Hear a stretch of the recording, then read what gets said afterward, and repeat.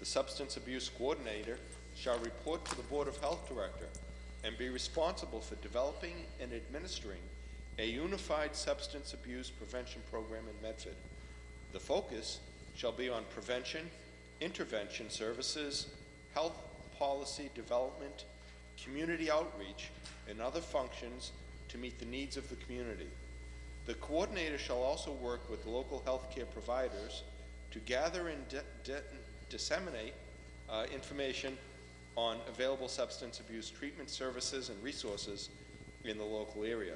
The coordinator shall have a master's degree and be a certified addiction counselor with 3 to 5 years experience in counseling services. Councilor Camuso. Thank you, Mr. President. The past couple of years, there has been an increase of substance abuse overdoses and other issues throughout our community. I'd like to have the city solicitor draft an ordinance, putting it into the personnel ordinance section of our local ordinances, so that come budget time or come time to do the community development block grant funding, which is going to be in the next month or so, I'm sure we'll be having our portion, that there's an actual ordinance in place.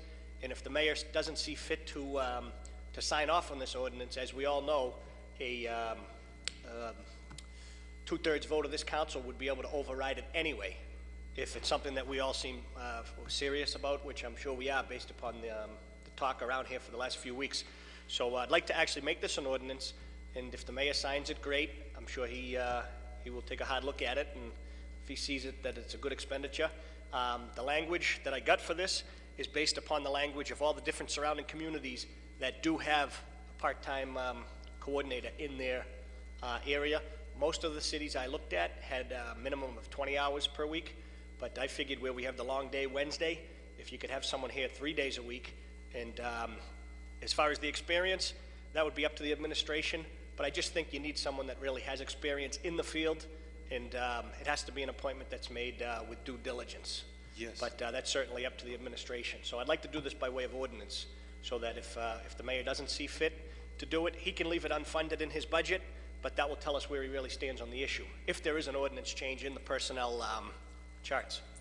So, and this is a great starting point for our discussions tomorrow night if we want to, I'd like to get the ball rolling where budget's coming up for the ordinance change, but if people want to talk about this further tomorrow night, I would refer this, but if people want to vote on this evening, we can do it this evening too. But I would say time is of the essence, just where budget's starting to roll around and community development block grants, but certainly by putting it off one night for further discussion, I'm not opposed to that at all. Thank you, Councilor. Councilor Longo-Kern. Thank you, President Del Russo. Just want to thank Councilor Camuso for at least thinking about different options. I mean, it's good to go to other communities and figure out what other communities are doing. If I could ask you a question, which communities did you look at? Do you know which Boston's doing something right now. Billerica has one in place, as well as Woburn is talking about it right now. And if you follow the Northwest Weekly, it's something in the Boston Globe on Sundays. It's something that most, I shouldn't say most, that would be speaking out of turn, but a lot of the cities and towns around here are doing similar things. But Billerica really is the leading one around here, and that's former Mayor John Curran out of Woburn, who's in the process. If not, they did either just hired the person or are in the process of hiring them right now. So. Thank you.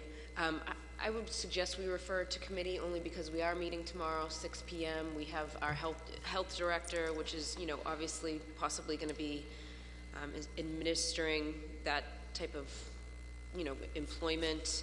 We have, I think Penny Bruce will be coming tomorrow from Team Medford and her staff. We'll have a whole host of department heads that can, there's a number of issues. I know we're going to meet for an hour and a half, 2 hours tomorrow, and I think that's just kind of going to scratch the surface on prevention, helping families who are struggling with this, helping addicts. I mean, we're going to need a lot of time to figure out the problem and how to resolve it. And I'm sure there's going to be many steps of resolving the many issues that go along with addiction and the problems we're facing with overdoses. So I think this is definitely one thing we need to discuss as something we can do as a community. And I'd like to hear from, you know, our health director and Team Medford to see what they have in place, what they need, and, you know, if this is something that will work for Medford. Thank you, Madam Vice President. Councilor Penta. I think the idea is a good idea, but I think I'll take you up on the second part of your suggestion, Councilor. I think what's necessary here is to see what comes out of tomorrow night's meeting, just see what we have, and then look at the ordinances that might be out there. You know, the governor has an opiate program that he's embroiling on a statewide basis, and maybe, once again, looking at and making contact with them. But since seeing that resolution on there, there's a lady you might want to add to your list, and her name is Joanne Peterson, and she's the founder and the executive director of Learn to Cope, Inc. It's Learn to Cope, Inc. And they have been... From Melrose, right? Yeah, they've been pretty active on all of this. Also, I was contacted by parishioners at St. Joseph Parish for anyone who right now is embroiled with some type of an addiction in your family, or the addiction yourself being the individual, that on every Friday at 11 o'clock in the lower church of the church, the lower chapel of the church, they have an addiction program that runs anywhere from 11 to 12 o'clock on, and it's open to the public for anyone, no matter what. Doesn't make any difference what you are. They're there to help anyone, for solace or for whatever it might be. That's ongoing. And if you want to check them out, that's adoration24sj@comcast.net. Speaking with some of the folks in the governor's opiate program, and they're taking this, as you know, very seriously. This is his #2 priority when he came on. And I think we can get a wealth of information not only from them. I think to put the ordinance together, right now it just might be just a speck premature, because the direction that you'd want the ordinance to go in, is it going to be basically a conduit? Is it going to be a person that's actually going to be able to resolve the problem or not? It could be a two-pronged approach. And I like the idea that we're taking the first step forward, but I think maybe after a couple of meetings, once you see what's on the table, I think you can have a better idea of making the ordinance become more forceful. So I would support that. But again, once again, that lady is very helpful as far as this goes. Thank you, Councilor Penta. Councilor Knight. Thank you, Mr. President. Thank you, Councilor Camuso, for filing this resolution. I always think it's a good idea when it's time to put your money where your mouth is, and I think this is a perfect example of that. If we are going to take the issue of addiction in our community seriously, I think we need to dedicate a revenue stream to that. Mr. President, we've had a lot of discussions over the past couple of weeks about putting a line item in the budget, about inviting certain individuals down here to provide us with their expertise. And I think this is a great start to the discussion, Mr. President. I think right now we have the unique opportunity, because we have certain services that are lacking, to really tailor programming to figure out what's exactly going to work in our community. Not what's going to work next door, across the street, or up on Beacon Hill, but what's going to work here for Medford, Mr. President. I too would support further discussion of this matter in the subcommittee process. However, I feel as though it's a great idea, and as soon as we shape this thing to reflect what our wants, needs, and desires are here in the city of Medford, and what exactly it is going to take to assist those that are struggling, I'll be supporting this wholeheartedly, Mr. President. I think it's a great idea, and I commend Councilor Camuso for putting his money where his mouth is. Thank you. Councilor Knight. Councilor Marks. Thank you, Mr. President, and I would like to thank Councilor Camuso for his continued efforts on this issue. I think it would be helpful, as Councilor Knight just mentioned, about knowing the revenue stream, and maybe we should do our own homework to find out what exactly, and I don't know if you've already found out, but what a position of this would cost. I think that would be helpful in making a decision, at least going forward, and asking the mayor to look into it. And also, I know there are a number of initiatives currently taking place within our community that's on a tri-city level that deals with sting operations when people are serving underage, people in the community in different establishments, kids buying cigarettes that are underage, and that operation has been a tri-city with Medford, Everett, and Malden. And maybe we can look at combining efforts when it comes to this substance abuse coordinator, and see what other surrounding communities are doing. And it might be worthwhile to take a program and create something that currently exists on a different level, but maybe expand it to the other communities as well. So I would just offer that as a suggestion, but this is definitely a worthwhile initiative, and something that's, at least from my initial discussions in the community, is warranted at this point. Thank you, Councilor Marks. So on the motion of Councilor Camuso. Thank you very much to all my council colleagues. I think it's great to send this to subcommittee. Just a couple points that I'd just like to add to this. This isn't specific to the large opiate addiction that we currently have in our community. This is also for treatment, people that may be suffering from using other substances that may be drugs, alcohol related. So it's more of a substance abuse coordinator for all substances. That's the first thing. The second thing is the mayor always saw fit that it was a very important position in our community when his friend Mr. Averbrook had the job of Medford Saving Lives Director. Unfortunately, due to the untimely passing of Ben, who was very well respected in this community, that job has not been filled in some years. This may be an opportunity where the person that does this job can also encompass the Medford Saving Lives program, which has been left unfilled by the mayor for several years now. So, and then last but not least, one thing that I know that is a huge thing when it comes to substance abuse, it's the beds out there. It's for treatment. Down, we all know Long Island just closed due to the bridge situation. Mayor Walsh had to take that out of service. But the biggest thing, I think, if this comes forward, well, not the biggest thing, because it's a unified approach with all the different areas: treatment, education, prevention, and intervention services, but an open dialogue between the community and the area hospitals to find out what resources are available on a given day, because all too often someone's ready to make that step to go into a detox center or a hospital, and unless they're dual diagnosis with a psychiatric problem as well as a substance abuse problem, there just aren't the beds out there. You have to call at the exact right time where they say, oh yes, come on over to McLean Hospital, come on over here, come to Whittier Pavilion, or whatever hospital it may be. But an ongoing dialogue between the local hospitals and the city, so that you know and you have a count of where what resources are available at that time. The second thing is the continuum of care right now at the Lawrence Memorial Hospital and Hallmark Health. They're doing a pilot program right now under a grant. I'm sure most of us are aware of it, where they're actually they're focusing on back pain. When someone comes in with back pain, and back pain is one of those things that you really can't diagnose, but when someone comes in and they're in severe pain, they're in severe pain.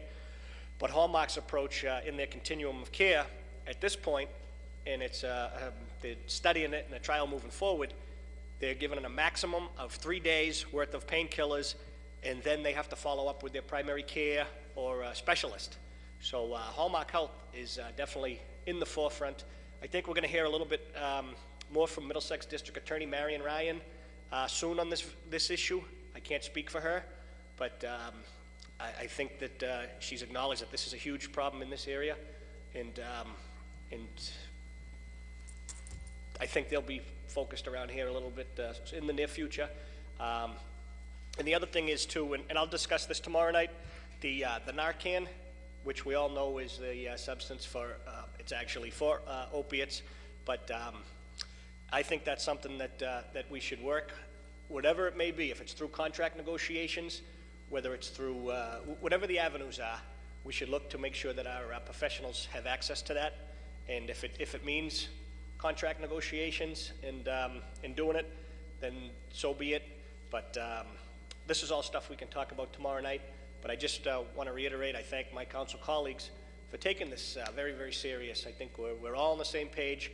We realize that alcohol and other substances is a part of this community, that we want to be there and help people out when they've surrendered to this awful disease. Thank you, Councilor. So on the motion to send this to the Committee of the Whole tomorrow night by Councilor Camuso, seconded by Vice President Longo-Kern, Councilor Caraviello. Thank you, Mr. President. Again, I want to thank my colleague for bringing this up to a head. I hope that we could vote on this tomorrow night. I hate to see something like this languish in committee for week after week before we get anything done. You know, I don't think there's anybody that's sitting in the back of this rail here that hasn't had someone that they know, whether it be family or friends, that's been, that's been touched by some type of addiction. I know I have, I can't speak for others, but, you know, I don't know if we've reached out to McLean Hospital. I mean, they're right down the street in Belmont. I mean, and, you know, if partners are serious about coming into the community, that may be part of their, you know, their little help to this community in getting that done.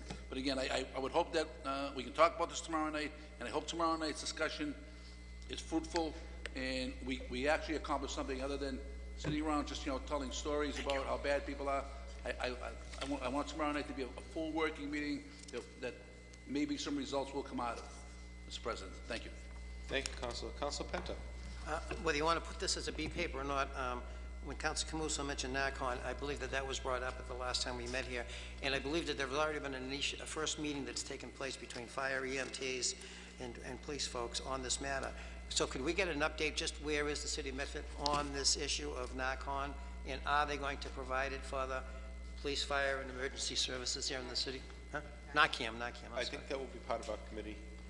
Well, I want to make this a separate paper, because if this is already something that's ongoing in the works, I think we should be apprised of it. All three of them, emergency responders, fire, police, and EMTs. So for the big paper by Councilor Penta, you have that, Mr. Clerk? Councilor Knight.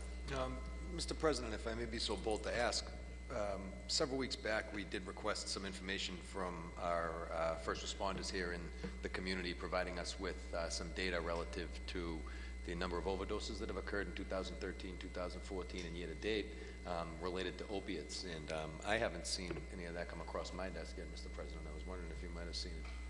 I haven't received any communiques, but we'll hopefully be updated, and maybe they were holding the presentation for tomorrow night.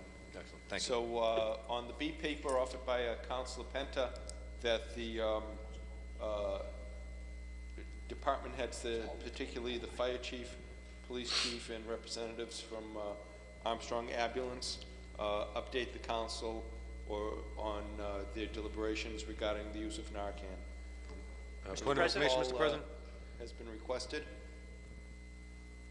I just have, it's my understanding that the EMTs at Armstrong Ambulance do carry the Narcan, but in terms of public safety officials at this point in time, I don't believe they do. I believe they're in ongoing contract negotiations, discussions thereof, but you know, that can be clarified. But as far as Armstrong Ambulance, I'm certain that they are carrying Narcan.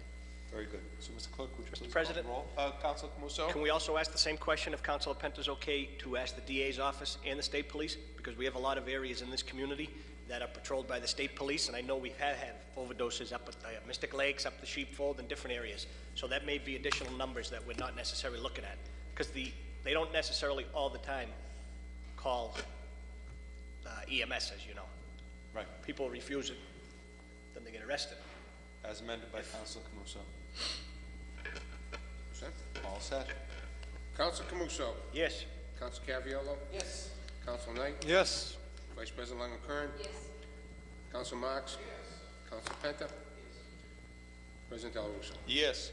7 in favor, none absent. B paper passes. And on the main motion of Councilor Camuso, offered for approval by Councilor Camuso, seconded by Vice President Longo-Kern. Roll call as well to send this to Committee of the Whole. No roll call requested. All those in favor? Aye. All those opposed? Motion carries. 15-096, offered by Councilor Camuso. Be it resolved that the Mayor, Michael J. McGlynn, put together a mentoring program to pair youngsters in Medford with caring adults who are committed, reliable, and responsible to help young people in our community succeed. Councilor Camuso. Thank you, Mr. President. The last few months/weeks, we've been focused on other areas that we just discussed and other things that have been important in this community. I think long overdue, the city actually having a mentoring program where you can work with Rotary, Kiwanis, private business, City Hall employees, city employees, just regular volunteers, people that are willing to spend some time and be a mentor. As we all know, there's a lot of broken families in our community, people coming from single-parent families, kids, and if we can start with kids that are about 7, 8 years old and mentor them right through. I know Boston has a program that Mayor Walsh just initiated And I believe he's looking for 1,000 mentors, with a big handful of them being Boston City employees. But if we can do it on a smaller scale in Medford, maybe start with 50 people, I think that's a goal, but it's up to the mayor to put this in place. And I don't see any reason why we can't, with the size of our city and the committed people we have throughout this community. The mayor made phone calls asking people for donations just last week. Maybe he can pick up the phone and call the same people and see if they're interested in getting a mentoring program off the ground. And I, as one member of the city council, and I'm sure all of us are, would be more than willing to help him any way we can. So, Thank you, Counsel. Counsel Penta, On this one? were you? No, I didn't hit my button. My apologies. Counsel Carviallo. Thank you, Mr. President. Mr. President, as many of you know, I belong to the Medford Kiwanis, and we have a program for the kids that starts out with the Builders Club, the Circle K. I think Council Marks' son has been involved in this in the past, and we start out right in the elementary schools with these kids, and they learn responsibility. They elect their own little board and president. They have their own membership, and we have one. And just recently, we have developed a called Circle K Club with Northeastern University, is joined our club in Medford to help mentor the Medford children. So we say we have a program with the high school, at the Andrews, at the McGlynn, and at St. Joseph's. The only school we don't have a program in is the age is St. Raphael's. So again, anybody wants to get interested in our Builders Club or a Kiwanis Club, please let me know. I'll be happy to have anyone be my guest on Monday night. And you could be involved and talk about it and see how the kids do get involved. Thank you, Counsel. The Kiwanis always get it done. That's correct. Counsel Knight. Thank you, Mr. President. This is a good resolution. I'm reading it, and I think that it could work both ways. I think inversely, we could pair adults with youngsters who are willing to give back to the community to assist those maybe that are widowed at home, that have problems, maybe with some home repair, shoveling, mowing the lawn, that type of stuff, or other activities of daily living, Mr. President, whether it's helping pay the bills, that type of thing. I do have a concern that if in fact the city does institute a program, that it might take away from some of the nonprofit organizations in the community that are already doing this kind of work, Mr. President. So I'd ask that, if in fact the mayor was going to put together a mentoring program, that he'd draw the people in to his office right now for some advice, for some direction, and for some deliberation as to what works, what doesn't work, and what we can do to pool our efforts together to ensure that the program would touch as many lives as it possibly can. If the Kiwanis have their Builders Club and it's, working to make a mentoring program or pairing individuals, children with adults to mentor, we don't want to break that bond, and we don't want to set back the good work that club has done. So I'd ask that if the administration were in fact going to take this suggestion seriously, that they brought all the stakeholders to the table, Mr. President, to talk about best practices and to figure out ways that we're not pulling away from each other. It's all too often we see in the community, for example, if youth baseball and youth softball are having a fundraiser, they're going and they're asking the same people for the same stuff, and they're actually competing against each other to accomplish the same goal. So, my only concern would be that the work that we do here as a city isn't detrimental to that other organizations have already done in the past. Thank you, Counselor. Very good. Madam Vice President. Thank you, President Del Russo. I think it's a great idea. It reminds me of Big Brother, Big Sister. I took part in that for a few years before I had children. It goes a long way for the kids, and there are many kids in our community that do need it, so I thank Council Camuso for bringing this up. I'd love to see how Boston is planning to lay this out and try to implement it in Medford, and I agree with the rest of my colleagues. There is a lot to it, I'm sure, to liability and a number of other things that would go with a mentoring program, but it's something that would go a long way. So I'd ask the mayor whether we ask him to implement it or to look into what Boston's doing or to look into supplementing or helping out what the Kiwanis does, whether that's financial or... We have so many, organizations in the city that could all come together in one unilateral thing, Mr. President. And I'm sure we'd all be happy. Yeah, if the mayor could work together, with the Chamber, Kiwanis, the Rotary, and we could all do something. The more children we can help, the better. And there are, I have children in the public schools, and there are a lot of kids who need a mentor. So I think this is a great idea. With mentors, it's just one other person in their lives, from coaches to parents to teachers, that help kids stay on the right path. stay away from drugs, stay into sports and art and music, and do the right thing school-wise and when they're out of school. So I think it's a great idea. Thank you, Madam Vice President. Councilor Marks. Thank you, Mr. President. Just as everyone was talking, you know, it's great that I think we want the mayor to implement something, and that's great. But we as a council could implement our own program. And I think it would be a great idea to have youngsters of this community take part in local government by inviting them up to the meetings.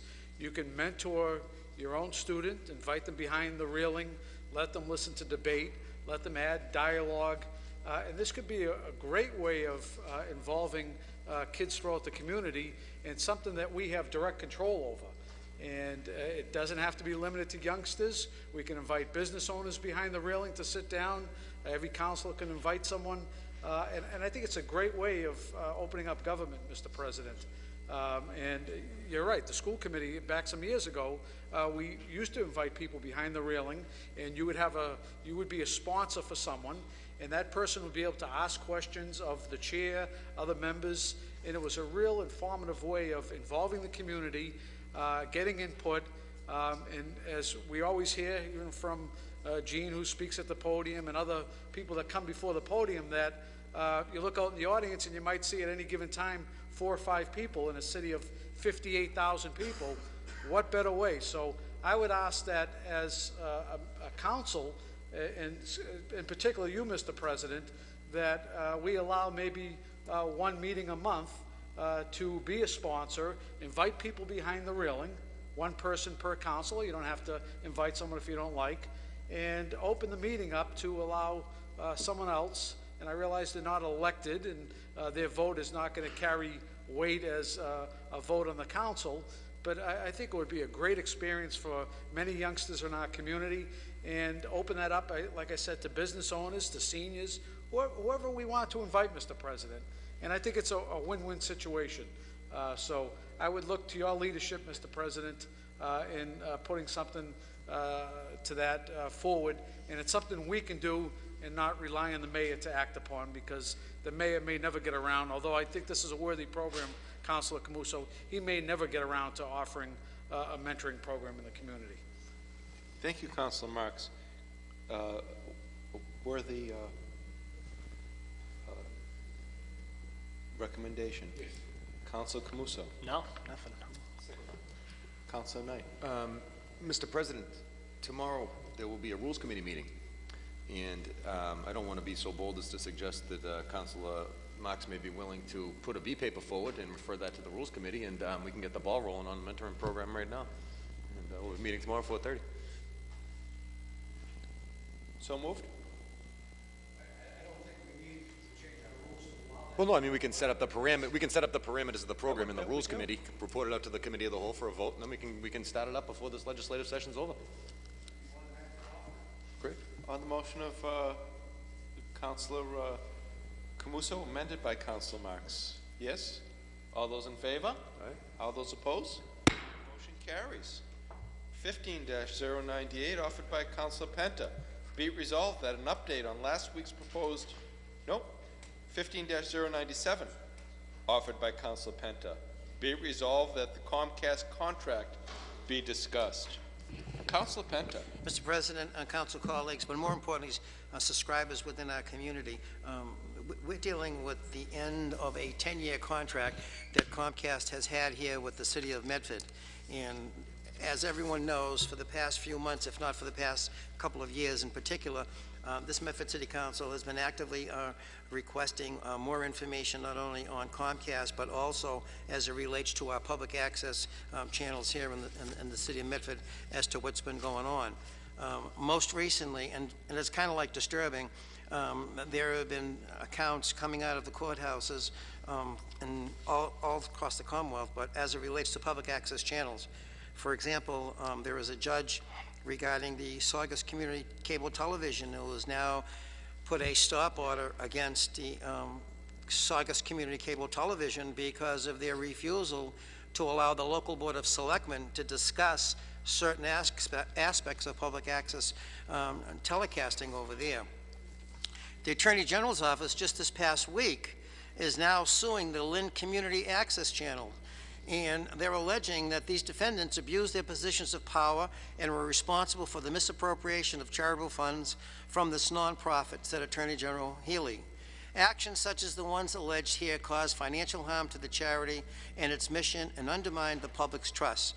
We hope that through this action we can recover the money rightfully owed back to the charity, which is the nonprofit, which happens to be the public access. We have here in the city of Medford, dating back to, I believe, July of last year, multiple requests of the Medford's TV3 public access channel, who supposedly filed a resolution of dissolution this past September. But it was our city solicitor who at that point in time sent us a huge packet of information demanding certain documents to be coming forward from the people who were managing the public access channel. And he gave them a time deadline for which they did not respond. I believe also, too, our city solicitor indicated that I think it was either July or August of this past year, that in fact, that if they did not respond, that he would pursue other legal avenues. I don't know what those avenues have been. I don't know if any of those avenues have taken place. But we are now here in March of this year.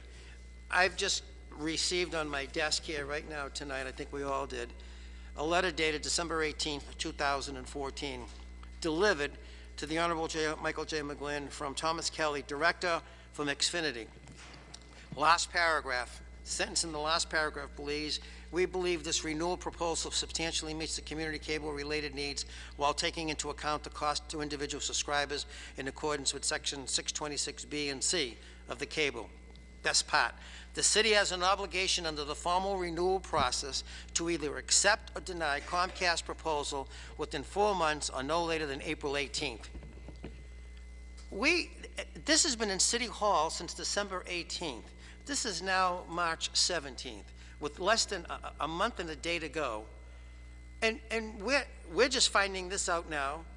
The mayor, I believe, has a responsibility, as he did some 10 years ago, to have a public hearing allowing ratepayers, citizens, anybody who are proponents or opponents to the renewal of the contract. We have asked, I believe intermittently, over the past few months, when is this contract renewal public hearing going to take place? We received no responses on it. If you go to page 26, and this is just a quick perusal to this thing, on the top it says, in the event that the issuing authority or other PEG access user elects not to fully program its channels with original PEG access programming, licensee may reclaim any unused time on those channels. Now, I don't know where we're going with all of that, but that tells me that if the mayor of this community refuses or so chooses not to engage public access anymore in this community, that in fact Comcast can take over that Channel 3 and do whatever it wants, and the city would not be able to get monies that they have in the past on public access. I'm looking at this real quick. I could be wrong, but I think that's the way it reads. Also, and more importantly, why would we even want to engage in another 10-year contract? Look what's happened with our rubbish contract. We're engaged with them for 10 years. We just got embroiled with a ridiculous 10-year kiosk program here in the city, you know, a meter program. And now we're looking at a renewal to a public to a cable contract for 10 years. But the difference on this cable contract from the last one is this. The technology has become so advanced out there right now that we really don't know within the next 10 years if new technology can supersede that for which Comcast is giving to us. My advice would be, and since the mayor is obviously not having his public hearing, I have no idea why. He's got 1 month and 1 day to pull this off, which is a short period of time to get intelligent people down here to talk about this. But rather than go forward with a 10-year contract, I would probably make a recommendation that we have a 3-year contract with a 2-year contract possible for renewal at that point in time, just to see where we're going with all of this. It makes no sense to say, yes, we're going forward for 10 years, when you're not having a public meeting in a public forum, for which I believe, don't hold me to it, but I believe that that was part of the licensing and the relicensing process. And, you know, unfortunately, just getting this tonight and trying to peruse it, I mean, that's one part of it. The other part of it is, we haven't still gotten any accounting of monies allegedly not found or misappropriated or what have you. We haven't got a full accounting of the inventory that was down there, if it's been sold, if it's been used, or what have you. And here we are engaging ourselves, if this be the case, with a potential 10-year contract, and then looking at surrounding cities and towns where not only the Attorney General has stepped in, but you also have it with Lynn, you have it in Saugus, you have it in Bolton, and you have it in Rehoboth, with a guy who got 8 years in jail for misappropriating funds. You have problems with Windcam and Winchester. These are things that are just surrounding us, and we're living right in the middle of all of this right now, and we can't get answers to satisfy what we have, never mind going forward. So I look at this as a three-prong approach. Number one, we have no public hearing, for which I think we should have. Number two, we still don't even have anything resolved as TV3 in the city of Medford. Accountability not only from inventory, accountability from records of for tax filings, for bank accounts, and who's on them and who's allowed to them. And also getting involved with a 10-year contract that's right around the corner. I don't think it would serve the ratepayers of this community well. I think it would serve them a lot better if they had an opportunity to maybe have a 3-year contract with a 2-year renewal, if that be the case, to see where we're going.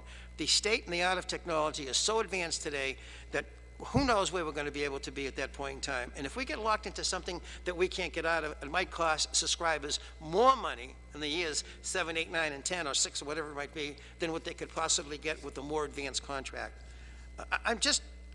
It shocks me how this city just runs itself with these 10-year contracts, and nobody is looking for a 10-year contract other than Comcast and the mayor of this community, who is allowing this to go forward without even having a public hearing to have any kind of a discussion on it. Some 2 weeks, I think it was 2 weeks ago, this past Monday, going 2.5 weeks ago, I spoke with the attorney who was representing the city of Medford on their public access information and their legalese stuff, whatever it was. He told me as of 2.5 weeks ago, he has had absolutely no contact with the city of Medford on its renewal with Comcast. So I don't know where we're going with this. I don't think anyone behind this rail knows where we're going with this. But I really think that we need to send a message to the mayor on behalf of the subscribers that, you know, something needs to stop on the tracks, and we don't need another 10-year contract. I think we need to have a real look and see, a public hearing, and have some open and public discussion.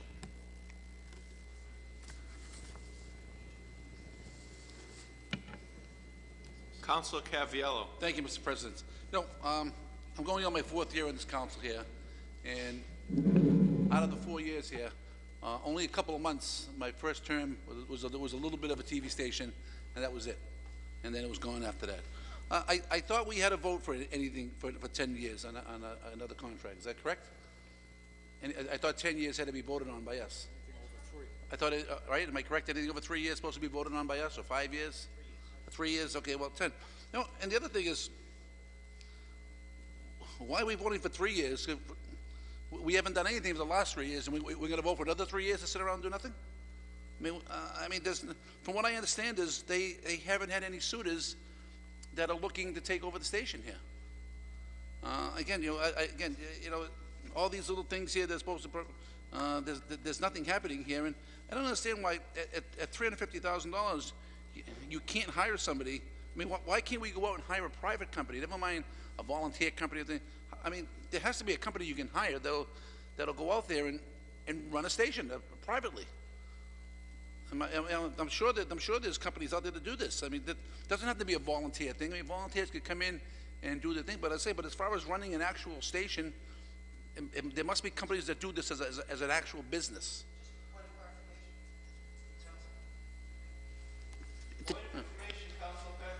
In the second paragraph, it says that the city's getting $350,000.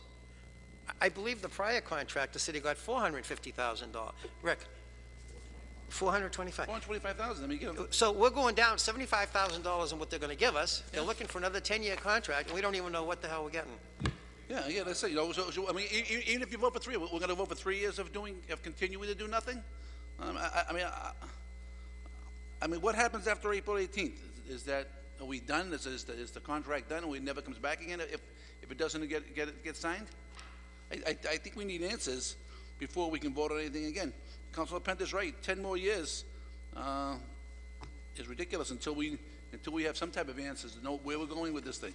And like I said, from what I understand, there's no one out there that's looking to take this over. And I say, I don't understand why we can't go out there and solicit or find someone that wants to run a TV station for a profit. I mean, and let the volunteers come in and do their volunteer work after. So, Mr. President, I'd like to have an answer whether we have to vote on a 10-year acceptance. I mean, if we had to vote on the meters, why don't we have to vote for this? Trash contract, everything else needs to be voted. So on the motion of Councilor Caraviallo, that the city solicitor report back to the city council whether or not we need to ratify or approve the 10-year contract with our friends at Xfinity. Yeah, Mr. President, I'd also like an explanation of where we are in the process of hiring the company. When I answered about a month ago, there was no suitors at the moment. And for an update on where we are, then that would go to the purchasing agent, where we are with the process for asking someone to be involved with in the process of community cable vision. Point of clarification, Councilor Penter.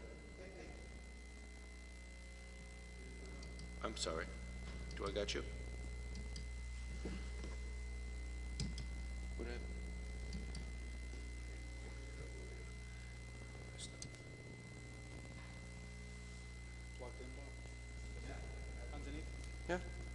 happened? Rick, I think the question that you're really wanting to ask, by what law are we required to sign, to approve a 10-year contract? That, I think, needs to be the question, rather than... But I say, because what happens after April 18th? Right. If the contract's not signed, does the contract go away and never comes back again? And they say, I hate to spend 10 more years of doing nothing and just taking the people's money.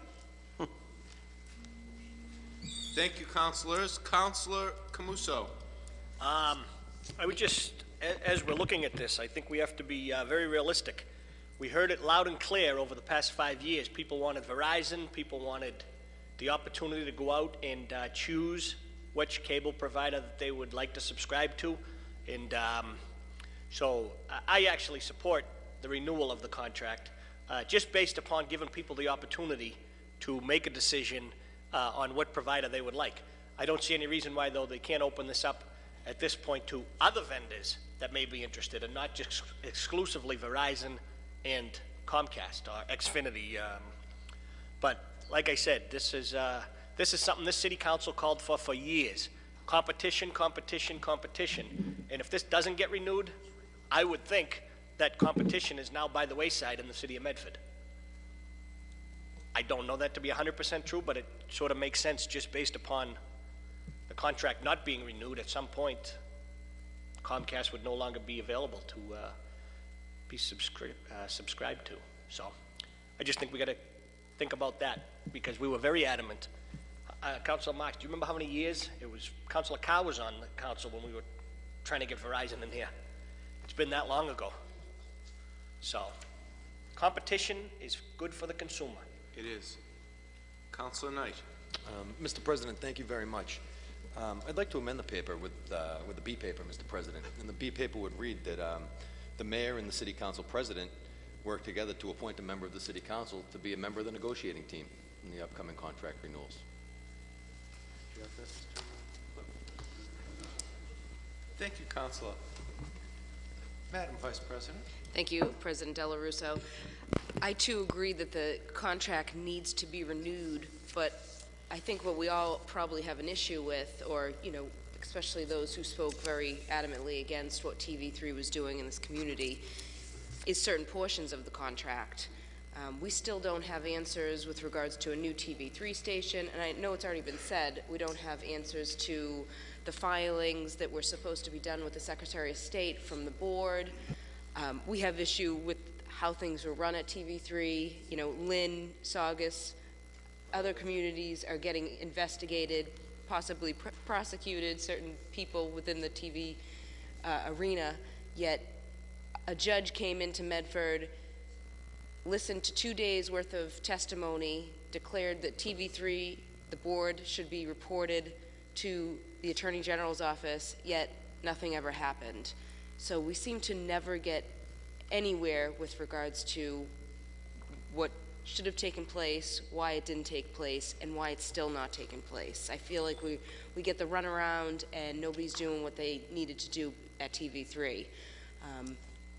So I think this contract needs to be tweaked, and we need to get some answers before we agree to put any money into PEG access. We're putting money into, we're taking ratepayers' money, a portion, which is 5% of the licensee's gross annual revenues, and putting it towards PEG access. Well, what are we getting for our money? We have money that is being tied up for a TV station in this city that is not being used.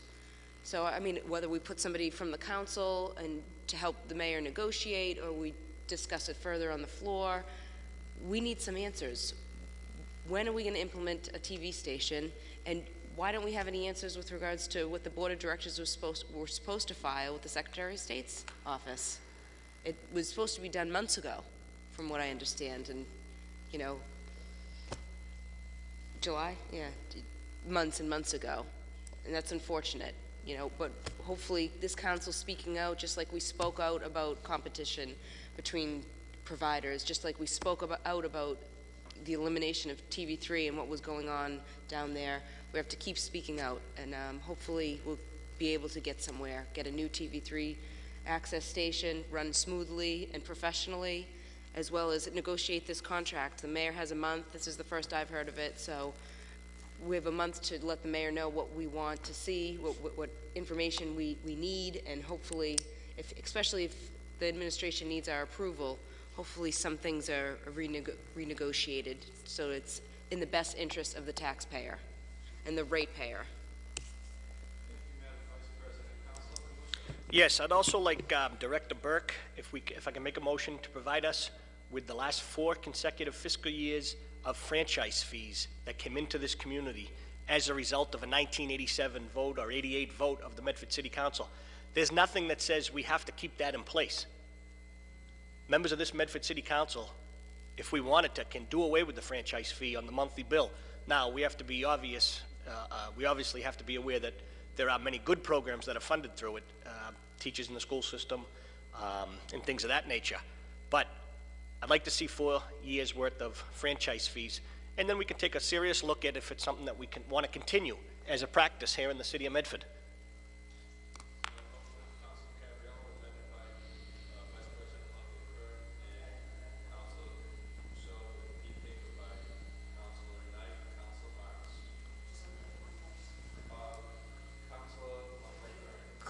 Point of information, just on that, Councilor Camuso's 4 years of franchise fees, if we could just also get a breakdown of what has been spent out of that account for the last 4 years, and then we'll know better what is being funded, so that if we want to reduce it from 350 to 200 just to fund what we're doing now, then we know what the accurate amount should be. And I think this is playing into the whole picture. We asked for the transfers last week. We're actually honing in on the budget now to see where there could be some savings, where in the past we haven't asked for some of this empirical data. Thank you. Councilor Marks, sorry. Thank you. The floor goes to Councilor Marks. Thank you, Mr. President, and this dialogue is extremely helpful. What I would say is, with the last contract that the mayor signed with Comcast, that contract called for yearly increases to every ratepayer of this community, with no relief in sight. I haven't spoken to one person in this community that said that their cable rates are going down. So there's been steady increases in cable rates over the last 10 years. And in my opinion, why would you want to give out another 10-year contract? Wouldn't it be more prudent to have both Verizon and Comcast on a short leash, having them worry about whether or not the city's going to renew the contract, and that way, in my opinion, they'll be more competitive with the rates, and they'll be more willing not to raise rates because they know the contract's going to be up in 2 or 3 years. This 10-year contract does nothing for the ratepayers of this community. It may be easy for the mayor to sign a 10-year contract and take that off his plate, so he doesn't have to revisit that for another 10 years, but it does nothing for you and I as a ratepayer, Mr. President. It does nothing to lower rates. It does nothing to improve programming, as we've seen with local access for the last 3.5 years in this community. And in my opinion, it would suit every ratepayer in this community if they were part of the negotiations. And I realize the mayor is the sole negotiating authority, but why not put together, as Councilor Knight mentioned, a member of the council, maybe a member of the business community, you know, a senior member of the community, someone, you know, a family member, someone that has a family in the community, a host of different people in the community to sit on this committee and negotiate it, Mr. President. You know, it just, to me, you know, it's the quick fix to getting a contract out of the way. And as I mentioned, rates have not gone down. So my past experience in this community is that rates go up every year, unchecked. And the thought is, well, if you don't want to go with us, go with Verizon. And you go to Verizon, their rates are no better than Comcast, to be quite honest with you. They're in cahoots with each other. So, you know, the service may differ a little bit, but, you know, when it truly comes to the leverage we have as a community, it's bargaining the contract and standing up for the residents of this community and stating right within the contract, for the first 4 years, we do not want a rate increase. No rate increase at all. That would be part of a contract that I would sign, Mr. President, if I was in charge. That would be on behalf of the beleaguered taxpayer and ratepayer in this community. And to leave it open-ended and give a 10-year contract, you just might as well give them a blank check, because that's what's going to happen. The minute that's signed, the rates are going to continue to go up. All of a sudden, the programming they were offering, and that's how they squeeze you. They give you, you know, a certain tier you're in, and all of a sudden, the 4 major channels that you used to watch in that tier are no longer part of that tier. You've got to move up to the next tier, which is another $39.50 a month. And they squeeze you and continually squeeze you in that manner. And, you know, I would hope that the mayor doesn't consider doing this alone, the contract negotiations.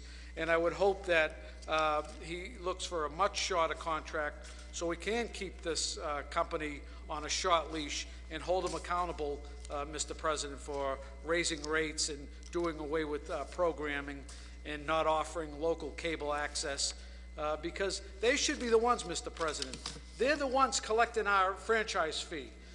The local cable access should be going to the mayor and saying, Mr. Mayor, with all due respect, we're collecting money from every ratepayer in the community saying that we're going to provide access, and we haven't done that for 4 years, Mr. President. As a business owner, I feel incumbent to raise this to you, Mr. Mayor, and say maybe we should not be collecting these franchise fees until you get your house in order and provide local cable access. There are a lot of issues with this, and I look forward to, in particular, Councilor Knight's resolution to see if we could have a seat on this as part of this negotiation, and also to include other residents of this community, Mr. President. Thank you, Councilor Marks. Sir, please state your name and address for the record. Good evening. Joseph Villione, 59 Garfield Ave, Medford, Massachusetts. Thank you very much, City Council, for discussing this very, very important point. Councilor Caraviello brought up the suitors. The problem there is that the mayor has these stringent rules for the next access station that he didn't enforce with the previous station. So there is a major player that is seriously considering coming in here and making a pitch. I heard Councilor Camuso say Winchester. Sad thing about Winchester is a lot of the great board members, really good people, fled. I've been in discussion. I had a 30-minute conversation with Richard Howard. He called me in and I met with him. And there are problems over there now because the good people, the people that were keeping it public access, are gone. Now they shut the doors to outside people. They had people from other communities. They want to be Winchester only. For them to come to Medford would be ludicrous, because I have some inside information and I know that they want to make it Winchester, Winchester, Winchester. It would only benefit the old board of directors, and they've been on the board for 10 years on 2 of them and 5 years one. It's just like TV3. So now that has changed. Now, Councilor Penta made a very good point about the new technology. It might be apples and oranges, but I was talking to one of the major chains, retail chains for DVDs. He said that sales have fallen off the cliff, Redbox and Netflix have taken over. Now, they saw it coming, but he said to me, we didn't see it coming this quick, and he just discarded 10,000 CDs and DVDs, titles. He said, Guardians of the Galaxy is not going to sell in our store. Very important because the technology has changed. Now, one of the local businessmen told me that he put that box you can buy, and you can get Hulu and Netflix. Instead of having cable, he got so upset with it all, his son installed the box, and now they're using that. Go to Micro Center on Memorial Drive in Cambridge. Google has a $2,000 TV. It is huge. It is for internet television. It's the wave of the future, and I sat in on many WinCam board meetings, and one of the great board members that left, he kept saying it's going to be 5 years, it might be 3 years, it's coming. This new technology is a wave. It isn't, 4, 5, 7 years off. No, it's more like 2 years off. So a 10-year deal is insanity. Now, what do I know? I've only been doing this for close to 40 years. I've been studying it. I spent thousands of hours on this issue, as this city council well knows. The mayor is making it very, very difficult for a suitor to come in, be it WinCam, be it the other suitor that I'm aware of. They very much want to come in here. They're a great, great enterprise, and Mayor McGlynn happens to have a lot of respect for them, so I hope that that suitor does come in, because they would get my vote and I would fight for them. No, Winchester's gone. The good board members are gone. So the old cronies have taken over, much like Frank and the gang at our old station. It's now an old crony station over there, and it's only for the people on the board using it. Now, Mayor McGlynn doesn't want anyone on the staff of the board making their own television shows. Okay, that's pure access TV, sure, but every other station has people on the board and on the staff using it. So he's telling a new provider to come in and play by new rules that he didn't enforce for the old gang. Now, Councilor Caraviello had another good point, too, about access TV, and it just slipped my mind, but it was a great point. It'll come back to me. And Brianna, you brought up a really good point about something, and I think a cable advisory commission is what we really need here, because every city and town has a cable advisory commission. Where's Medford's? Now, Bob Skerry's the last standing guy on it. I put a public records request in to that cable advisory commission.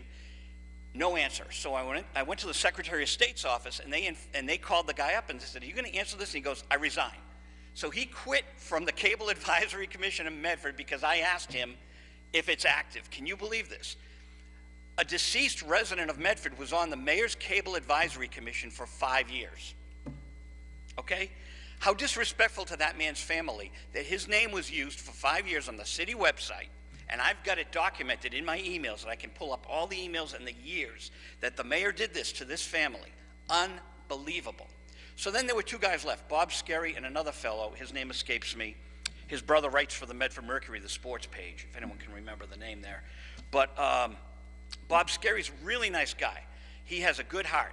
He wants access. He said, Joe, Cable Advisory Committee's missing from the city webpage. He goes, I think it's gone. This is a member of the advisory committee telling me he thinks it's gone. You do the math. Now, you people probably weren't aware of this Xfinity letter I handed out today. In November, I received a public records request response from the city solicitor who told me they had no correspondence from Comcast. A 10-year deal and there's no correspondence? So I put it in again, didn't get a response until today when he said, you can go to the mayor's office or the clerk's office, city solicitor. Thank you very much, solicitor. I appreciate the info. Now, I went down to Ed Finn's office this morning, and I found it, and I said, Clerk Finn, when did this come in? He didn't know. I do see that Comcast CC'd him on December 18th, but there was no timestamp, as Clerk Finn graciously told me, no timestamp on it. So now I put these requests in. There's only 4 months. City Council didn't know.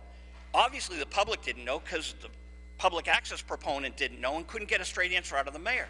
The mayor said at a Comcast public hearing he wants transparency.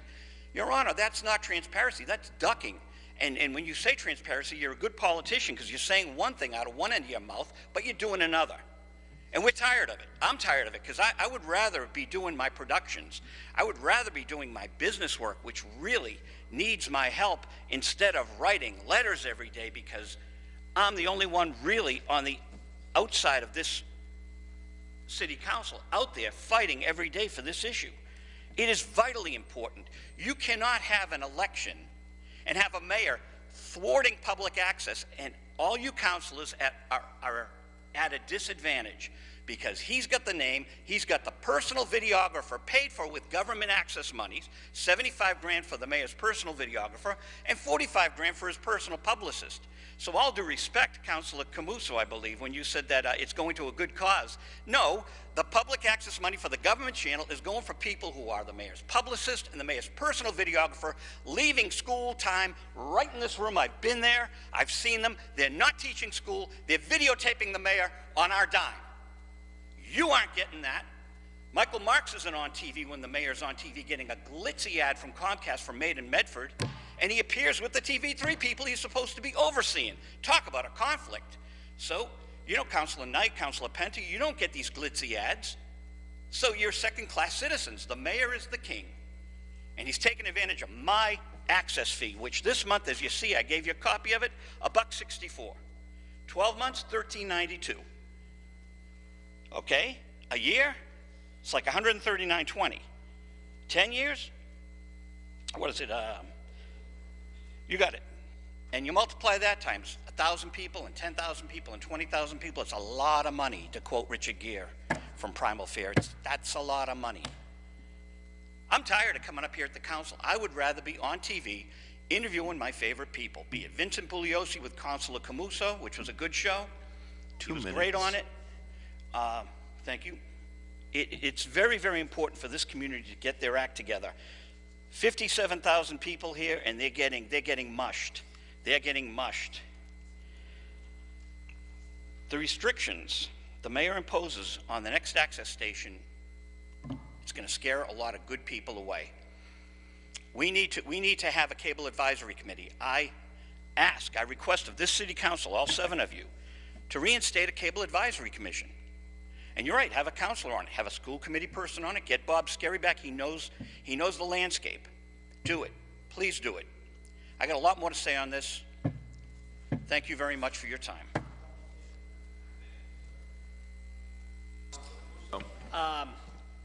The PEG access is what pays for the school committee and the city council as well. And we all know as we traverse this community how many people watch these meetings, and a portion of it is funded. And so once again, I think Councilor Lungo-Kern has a great idea, seeing exactly how much of it is paying for Monday nights and Tuesday nights and how much is getting paid elsewhere. But TV3 or whatever the public access station is one portion of it. The PEG stands for Public Education and Government. We still have a government channel and we have an education component. Right now the P for public access is missing, but there still is 2 other channels that are funded through that. Thank you, Councilor. Councilor Knight. Inadvertent button tap in there, Councilor. I'm sorry? I have nothing to say. Hit the button. Thank you, Councilor. Ma'am, please state your name and address for the record. Thank you, Jean Martin, 10 Cumming Street, and I want to thank Mr. Penta for bringing this very important issue up. This city, I'm going to keep it simple, deserves a community access station. It's that simple. And I'm glad that you brought up the 10-year, Mr. Carviello, the 10-year contract. Thank you. That's a great idea. Maybe 5 years or whatever, but 10 years is a stretch. And yes, we should have to approve it as a body because all the other contracts are over 3 years. Excellent point.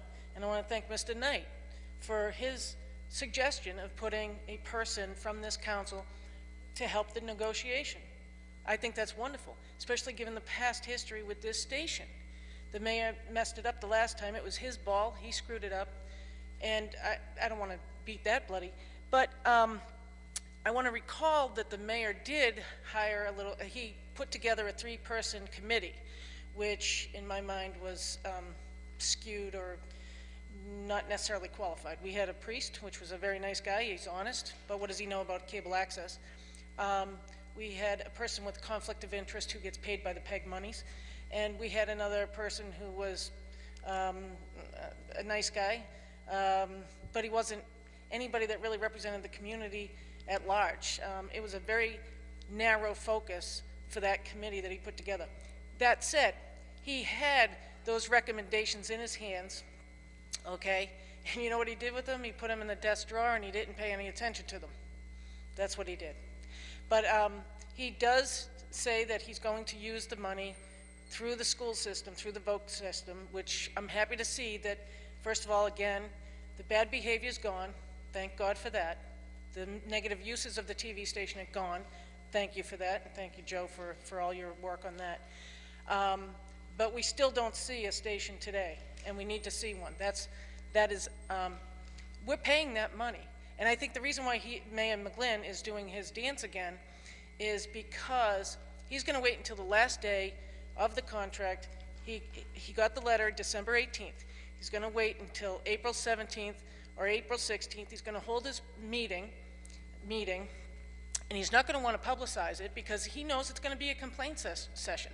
If you really told the people, the parents out there, that their kids weren't having their hockey games on TV and everything else, that they're being denied the history, the arts, if they really heard all of that and it penetrated in their soul that they've been denied this, they'd be at that meeting and they'd be saying, what have you done?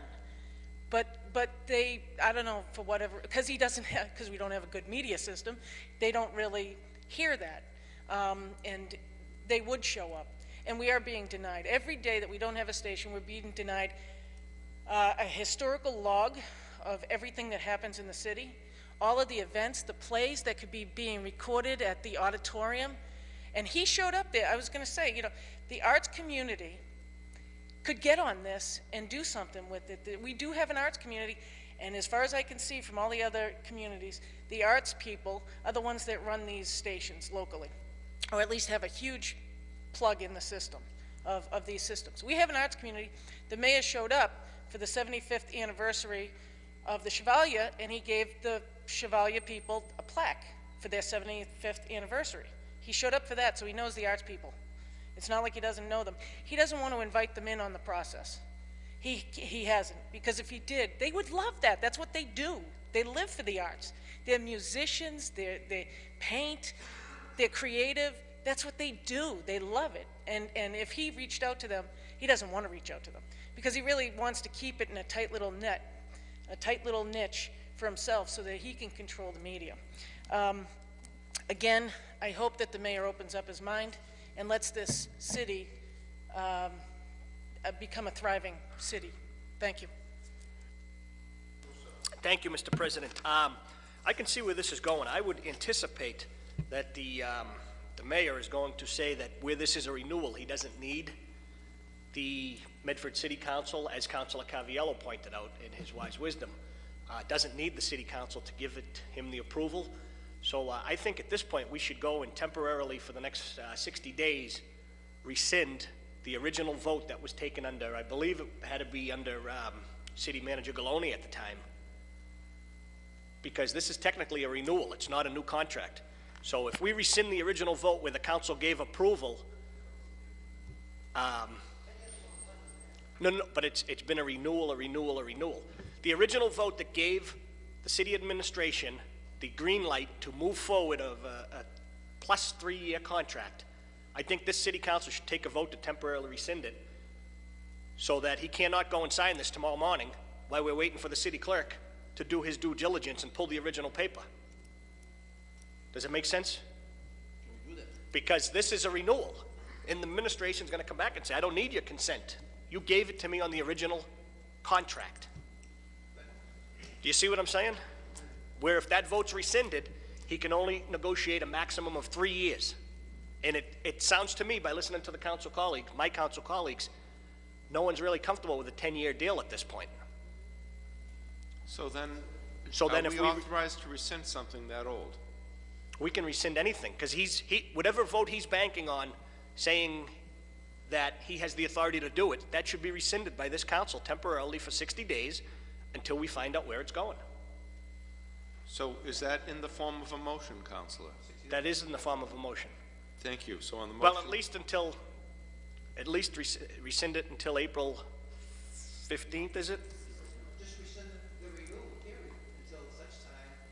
No, we can't rescind the renewal. The only thing we can rescind is the original vote giving him the authority to go over a 3-year contract. But I agree with that, but I'm afraid tomorrow morning he'll sign this contract knowing that the council's looking for that. And, well, if he thinks he can't get his 10-year deal,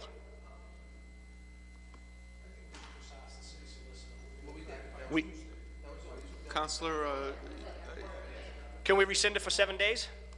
Rescind it for 7 days.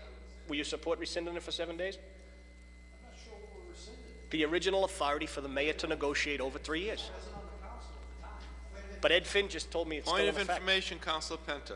To you, Councilor Camuso, I hear what you want to do, and it sounds like it's a good idea, but this is a renewal, and I don't have anything in front of me that says that a renewal becomes automatic by the mayor, because if that's the case, what are we even discussing anything? That's number one. Also, in one of the pages that we were received here, you know, there's a whole list of what the PEG access provider needs to do. It's different than the original contract, or it's an addendum to the original contract. So that in and of itself talks about being different. Mr. Clerk, not to put you on the hot seat, but the only thing that disturbs me with this whole thing is it says CC here, City Clerk. Do you ever remember getting this? December 18th? We get a book from the county. Things get, you know, processed in the book. You know, so I'm not always aware of what gets put in the book. Obviously, this letter is part of the book. For 7 days. So, 7 days. so did I see it? No. Could it been put there? Yes. You know, so I'm not aware of the time frame. Like I said, Mr. Vigo, unless I time stamped it, you know what I mean, that it came in. Okay. But what anybody from my staff could have came in there and updated the proposal book, which is a letter. So, and that's probably what happened. So I don't know. The chair is in when it doubt came in. of whether or not Wait a we minute, can Freddie, do let me this. finish And my comment, please. You made a point of information. So wait a minute, it goes to the same point. So we heard the clerk say that, but if this has been sitting there since December 18th, because it definitely went to the mayor, and it did go by UPS, and somebody upstairs in his office, and now we're a month and a day away from the 4 months, something's going on because there's no public hearing being This held or anything. document has been introduced into the council by means that aren't a usual means of introducing a document. So I'm not clear of what the document is, and I think that documents are introduced into the city council for discussion should follow the normal means of doing so. Well, point of clarification, Mr. President, the city clerk is aware of it. He just got through explaining to you how and why it got there. It's a document that CCs the council. It's addressed to the mayor. It's regarding a renewal process for which we're talking about. So this is a very important issue. It doesn't CC the council, Councilor Mr. Penta. President? Mr. Councilor Camuso has the floor. I'm going to withdraw that original motion. I'm going to make a motion that the city solicitor advises this council on the original paper and respectfully ask the mayor not to sign the contract until the city solicitor's opinion is back before the Medford City Council. That is and if he goes forward and signs it, full well knowing that the council at this point, just speaking, and I'm not so sure if I'm for or against the 10-year contract, but it sounds like several members are not for going out, but at least if he signs it between now and then where we had since December 18th to now and we're asking for 7 days, I think that would be unfair for him to do that at this point. So your I'm motion asking- as a C paper is to ask the city solicitor for an opinion And the city clerk to furnish this council with the original vote that gave the mayor the authority not to negotiate with Comcast. Well, it could be Comcast or the authority to negotiation with a cable service provider for over 10 years. And it has to be broader for all cable companies because the mayor did not need a vote of this city council to give a 10-year contract to Verizon. Now, wait a minute. But as the And council Verizon's is running are neck all and neck with aware, this. The mayor is the contracting authority of the city. So if we could ask for that- Councilor, with that, on And- the motion and- of Councilor Camuso as a C paper, And then and also for him not to sign it, respectfully ask him not to sign it within the next 7 days because he knows there is concerns amongst the members of this city council. with the council respectfully requesting that the mayor not enter into the contract Also- for 7 days. Can we- So, can we amend that for Councilor Camuso, Councilor Caviello has the floor next. Can I move to, Council, I want to amend his paper. Council Councilor Camuso. Caviello has the floor. I'll yield to Council Penta. Council Camuso, on your paper, can we amend that one step further as it relates to, you want the city solicitor likewise to report back, but at the same time, remember, Comcast used to be Time Warner, and before Time Warner was another one. So we have an interloping of 3 different cable providers here in the city during that period of time. And I think when you change from A to B, that's going to cut the time off. Also, I'd like to amend it to ask the question, when and if the public hearing is going to take place on this renewal? So amended by Councilor Penta. Clerk have all that, because this is pretty in-depth stuff we're asking. And we're on a C paper on We'll this. figure it out. I'll look at the tape on it. Easy. Council Penta, this is your paper. Councilor Knight. Mr. President, I think that Councilor Camuso's revised amendment to the paper is the right course of action. You know, I didn't feel too comfortable moving forward without first having an opportunity to review the initial and original vote that authorized the mayor to enter into a contract with a cable service provider for a period of time over 3 years. And getting the city solicitor's opinion is also something that I would have liked to have in my hand before I actually made a vote as to whether or not we would allow the mayor to move forward. So with that being said, Mr. President, I certainly think that after the debate and the deliberation that we've had here at this point in time, we have a paper that we can all support, and I'd like to move for approval. Very good. So on approval of the C paper offered by Councilor Camuso as amended, all those in favor? Roll call vote has been requested on the C paper. Clerk, please read the C paper back to the body. Are these all part of Council Penta's? Councilor Penta original didn't even papers? have a motion. He had a They're all call for amendments to discussion. his paper, not necessarily B's, C's, and D's. They're all amendments to his paper. Council Camuso, he's the C paper, and I amended it. Question on the hearing. But you have the floor.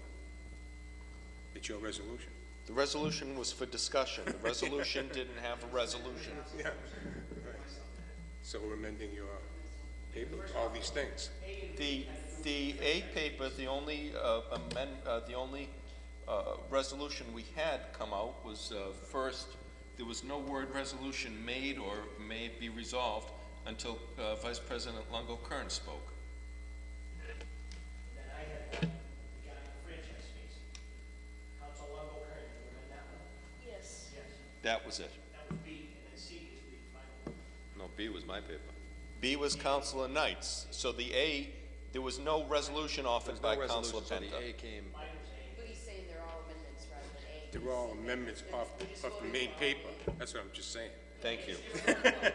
So That's all they are. can we do one roll call vote on the whole there paper? was that's all- it's all- there was a call to make them separate papers, so we're going to vote on them separately. So on the C paper, Mr. Council, on the motion of Councilor Penta that all 3 papers be united as one, seconded by Councilor Carviello. All those in favor? For the uniting of the 3 papers. For the uniting of the 3 resolutions, the 3 separate papers, please call the roll, Councilor, Mr. Finn. Council Camuso. Yes. Council Caviello. Yes. Council Knight. Yes. Vice President Longo Kern. Yes. Council Marks. Yes. Council Penta. Yes. President Del Russo. Yes, on the vote of 7 in the affirmative, none negative, that motion passes. On the main motion, then, as united, roll call vote has been requested. On the motion, Councilor Penta. I wouldn't have voted to sever to put the papers together if we're going to continue debate on the topic, Mr. President. Well, I'm sorry, you don't want to debate the topic. Move to because- rescind, Mr. President, because last vote. He can move to rescind all he wants. The bottom To line is, rescind the last vote. Council, we've called for a vote on this.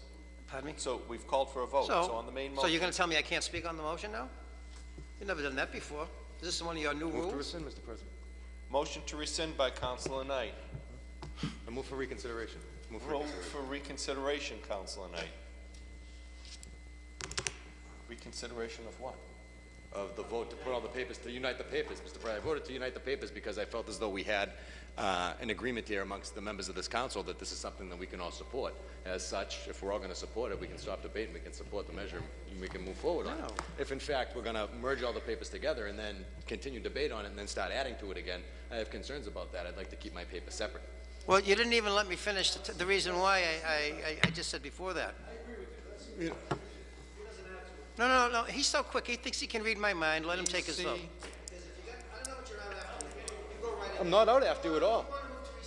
I'm not out after you at all. What I want to do is I want to preserve my paper, and I don't know what's going to come up. I don't know what's going to come up. There's a motion to rescind on the floor. Mr. Clerk, please call the roll. This is on rescinding? Rescinding.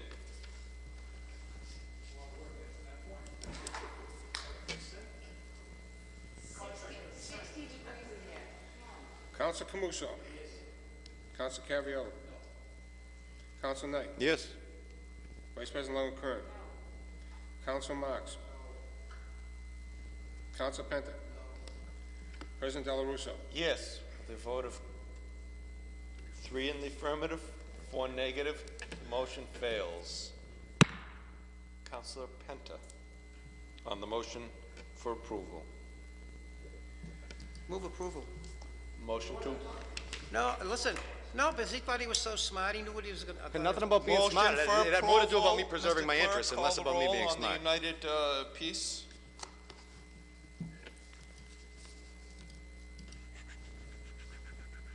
Counsel Camuso. Counsel Caviola. Counsel Knight. Vice President Long Kern.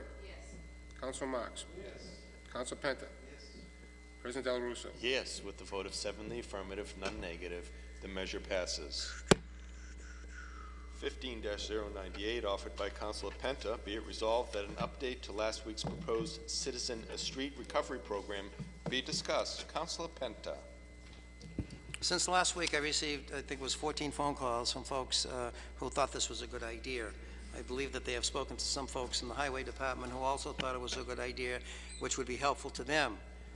Subsequent to last week, and I want to thank our city clerk, Mr. Finn, he sent me in a direction that brought me to a town in Florida, Jacksonville, Florida, that engaged in something quite similar, not exactly the same, but quite similar as it relates to groups of citizens getting together and within the community finding storefronts, vacant spots, spots that need to be rehabilitated, going to the landowners and to the city and working out deals as it relates to, once again, bringing their streets back to life.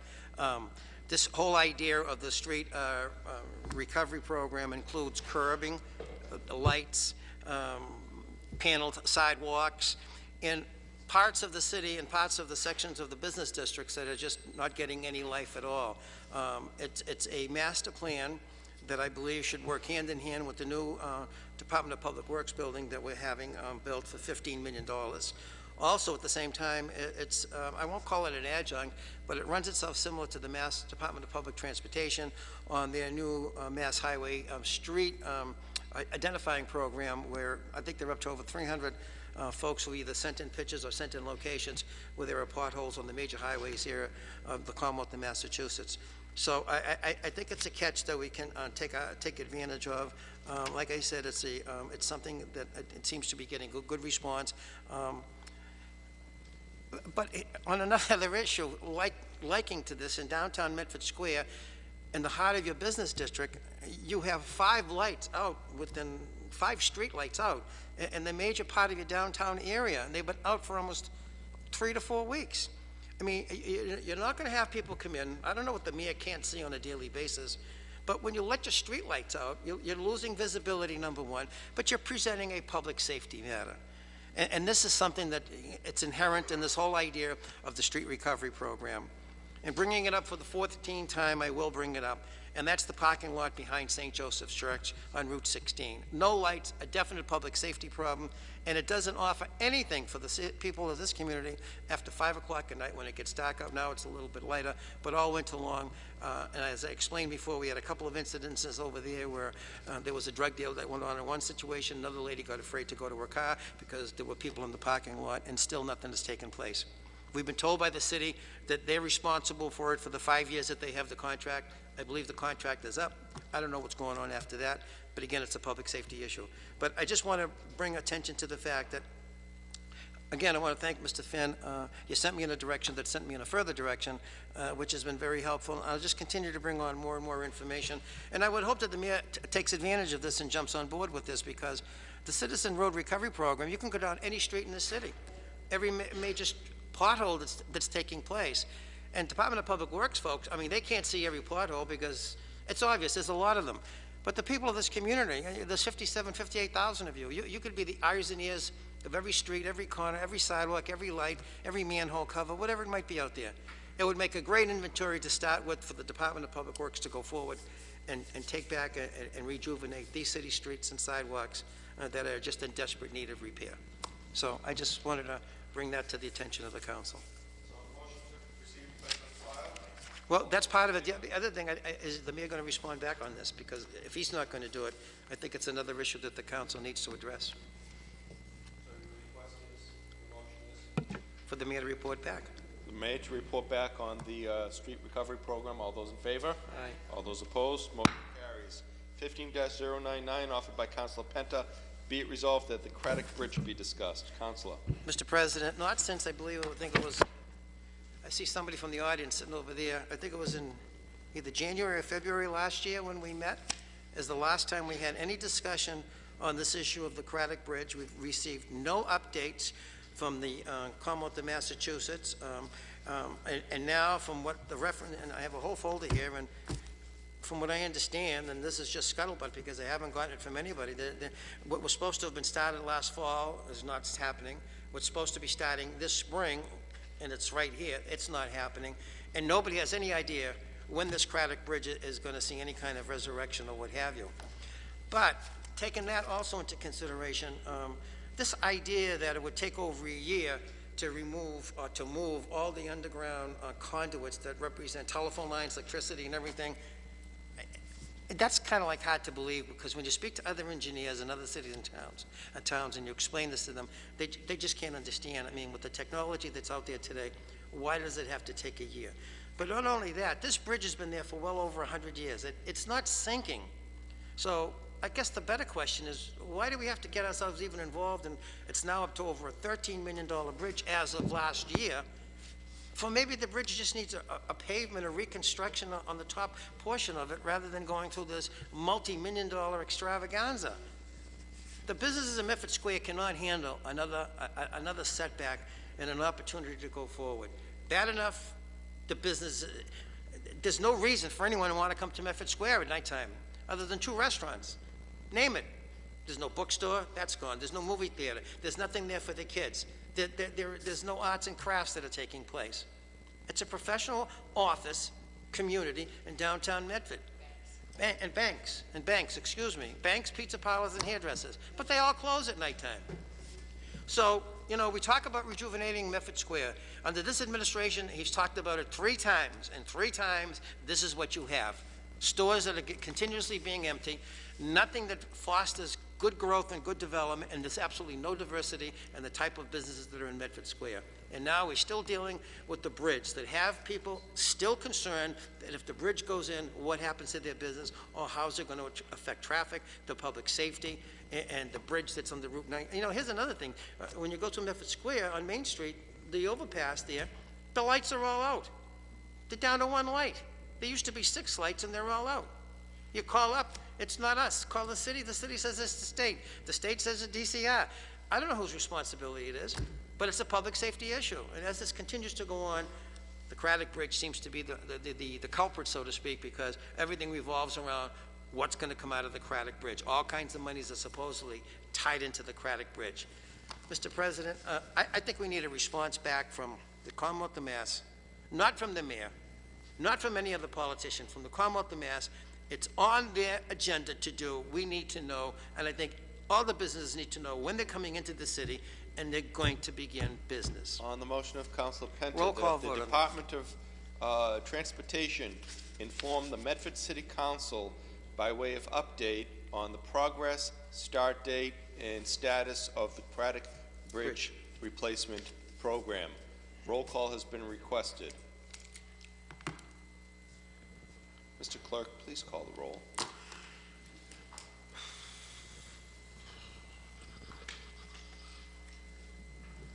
Counsel Camuso. Yes. Counsel Caraviallo. Yes. Counsel Knight. Yes. Vice President Lawrence Kern. Yes. Counsel Marks.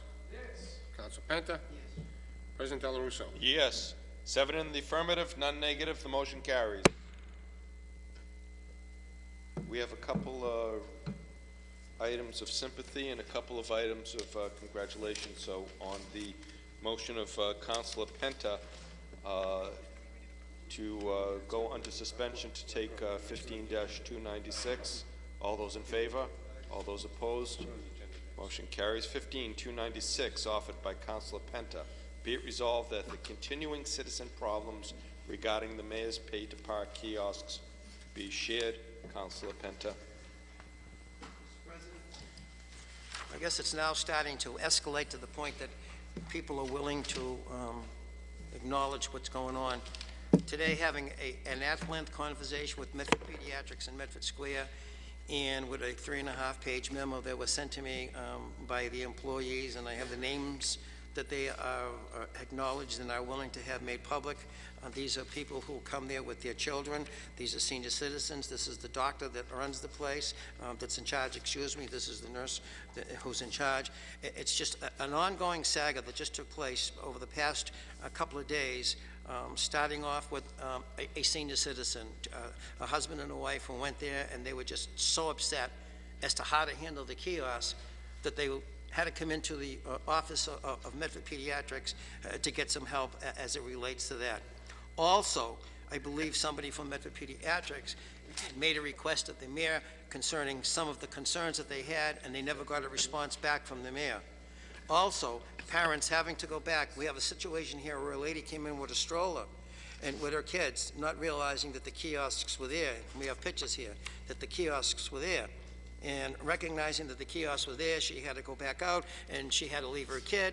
And while the kid was in the, and as everybody knows, if you have a little child, especially at a young age, the kid was screaming and yelling. The kid didn't want the mother to leave. And unfortunately, she winds up getting a ticket, not knowing that she had to go back out there and put the money into the kiosk. Then we have another situation where the people put the change in, they didn't have any change, and they had no credit card. They always came with it paid by a check, not knowing that the kiosks were there. So having no money to put either change or whatever, they had to go, once again, ask the people in the Medford Pediatrics if we could have some change to go out there, for which they were gracious enough to do, but at the same time, unfortunately, once again, they got a ticket. And by the way, the gentleman in the little white car that goes into that pocket, and by all of these people, have been represented as being very rude to the people and their concerns. Also, today, I believe, mother's name is Kim Ruane, not accepting coins, and that was giving out the wrong receipts. So as she went in and put her money in, another lady came in, not realizing that she had to put the money in, and then she did put the money in, but the receipt was not the right receipt with the right registration for the right person. I'm just hoping that the councilor can share with us the address of the location of Medford Pediatrics in Medford Square on the corner of Riverside Avenue where the city-owned parking lot is. Okay, that's Mystic Valley Pediatrics. Mystic Valley, I'm sorry, Okay, Mystic Valley thank you. Pediatrics. Okay? They were given the wrong receipts after they put in the right number. Then there was a lady who parked her car on where is this one here? Okay, here was a car. She pulled up to the spot, and once she pulled up to the spot, she was going to get out of the car and to go to the kiosk, and the guy was giving her a ticket. Okay? And she said, I'm going to the kiosk to put the money in, and she got the ticket. And not only did she get the ticket, she put the money in the ticket, and she came back, and she says, look at here. He grabbed the receipt from her and gave her another ticket because there was no money, because look, that's the wrong registration on there, because he probably thought, for whatever it might be, she was lying, or whatever it could be. So she winds up getting 2 tickets, and this seems to be symptomatic for 3 people. Then another lady in Mystic Valley Pediatrics went in after her, showed her receipt, and the receipt had her registration number on it. This is not making any sense at all. There's a dentist in Medford Square where a person went in to have some work done in the dentist shop. And while they're in the dentist shop, one of the ladies that were in there said, I have to leave. What do you mean? I was an employee. I have to leave. I have to go put money in the meter. It was just around lunchtime. I have to go put money in the meter. She goes out, put money in the meter, and she left the poor dentist in the shop with a lady sitting on the chair that she had to get another secretary to come in and help her out. Okay? This is not making any sense at all. Well, it's a whole bunch of things. No, these people are coming forward, and they are in, what they're upset about is that they addressed this to the mayor's office with absolutely no response. And that's just plain rudeness, whether you agree or disagree to the whole 9 yards. I believe, I just don't know. As we continue to go, and here's the pictures of the parking lot. How do you have, against the wall where Mystic Valley Pediatrics are, you have these 2 kiosks, and you have people park almost 250 feet away who are basically coming here maybe for the first time, not even knowing what's going on. We do have a site inspection, again, another violation of the contract. On page 11, it says, operators' vehicles. The rear of all vehicles shall have a sign warning of frequent vehicle stops. Here we are again this week with the location, same truck, same vehicle, in the square, and no sign on the back making stops. This is a clear violation of the contract. We've got it now 3 weeks in a row with pictures. I don't know what the mayor thinks, that this is great, that he thinks this Republic company from Tennessee is doing a wonderful job, but I don't think so. And if you're starting to get people like this from Mystic Valley Pediatrics willing to come forward and use their names, and they're not afraid of it because they're upset and they're really PO'd that the mayor would be disrespectful, not even to respond, that's starting to tell the story, and it's starting to escalate throughout this entire community. And I would hope that anyone who has a concern about this keeps on bringing them in, keeps on expressing them. You know, how do you put your money into the machine, and how do you get the wrong number to come out? And I think it was a couple of weeks ago on a Saturday, somebody put money in the machine, and they got more money back than what they put in. Yeah. So, where's that meter at? You know, well. Yeah. Well, you know something? Whether you're for it or against it, it's that one lady who wanted to do what she thought was the right thing to do. It's probably going on 3 weeks now. Went to Medford Square, went to go put the money in the meter, fell on the bank, and got rushed to the emergency room in the Lawrence Memorial by ambulance because she didn't want to get the ticket. And to me, that to me is the whole story. This is more than whole story, but this is just symptomatic as to what's going on. Councilor Caviello, you said 60 days. The 60 days, I believe, is up, okay? I don't know where the report is, but I can tell you this. I know what I'm going to do once that 60 days comes in. So apparently they have no respect for the resolution of the council or your request. This is now the 17th, and, you know, this isn't me talking. This is all information that can be backed up. I mean, it's there. What can I tell you? It's anti-business. And if this is what Mayor McGlynn wants, to tax the people to death with another bogus tax the people beside everything else, that's a damn shame. Yeah, my resolution is that, number one, I would like to have Councilor Caviello's resolution of the first 60 days reported back as to revenues. And I think also, I think they need to come back and reappear before us, Republic, as to what all these inconsistencies and these happenings, I mean, how are they going to address them? Can we also add your litany that you gave us tonight to be forwarded to the Traffic Commission for action or answers? Yeah, I got no problem with that. And also the fact that you have a violation of the contract, the cars are still not properly identified as the contract says it is. Also, I believe you have people that will call up and tell you that they're getting tickets for parking on permit streets that still haven't even been identified by Republic as being updated and corrected. Councilor Knight. Mr. President, I think bringing Republic here is all well and good. However, Republic's job in the function that they're tasked with is to enforce the existing city ordinance. And I think that the scope and purview and directive that they're receiving is coming from the Traffic Commission. So we can bring Republic here all we want. Republic's still gonna do what they're gonna do. The Traffic Commission is the body that has the oversight and the control and the ability to direct them to do certain things. So I think that if we're gonna do anything, we should bring the Traffic Commission here, because the Traffic Commission is the policy-making arm that's in charge of this parking program. They're the policy-making arm that makes these decisions. They're the policy-making arm that's reduced the parking hours from 7 to 7 to 8 to 6. So they're the ones that can effectuate change. So I think that those are the people that really need to be here, Mr. President, will be the Traffic Commission. So the Traffic Commission is invited. Councilor Camuso. Thank you. I would ask Councilor Penta's resolutions if we could send his papers to the mayor too, because a few weeks ago at the mayor's press conference, he publicly stated he hasn't got any phone calls on this.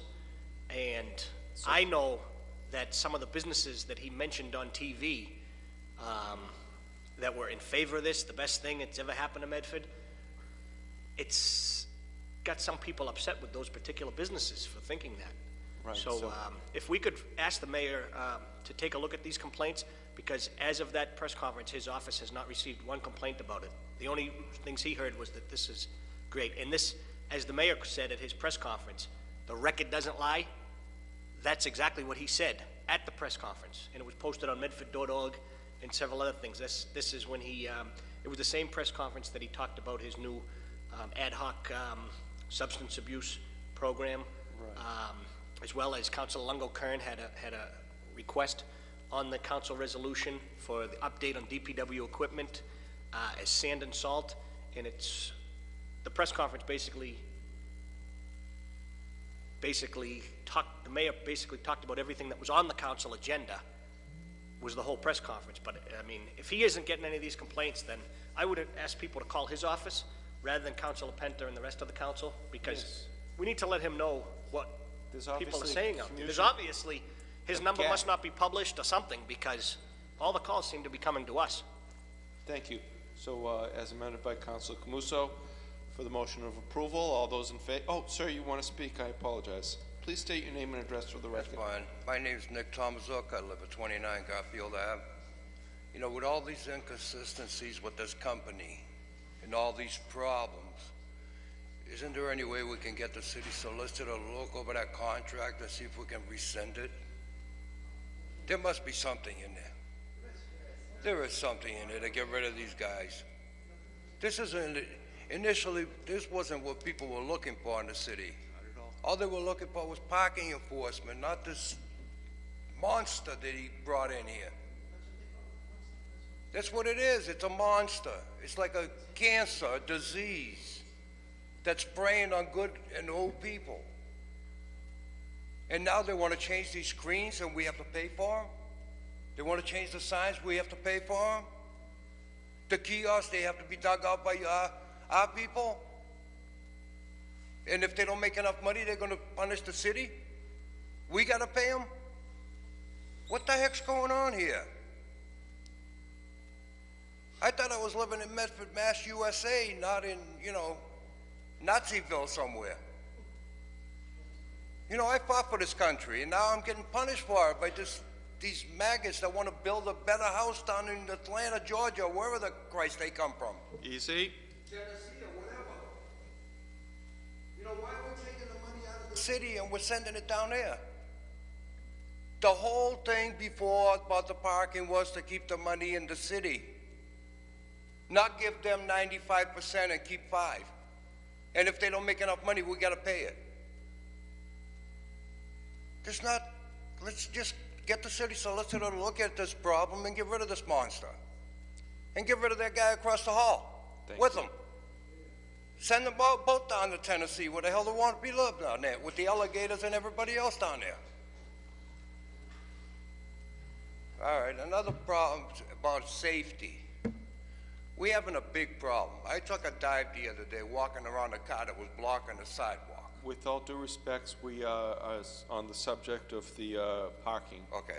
Thank you very much. All right, I'll come back to that later on if I may. So on the motion of approval by Councilor Penta, all those in favor?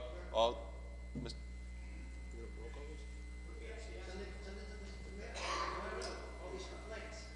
On the motion of Councilor Penta.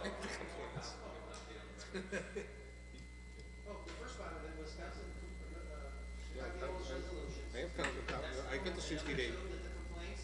I don't have the. I don't make the complaints.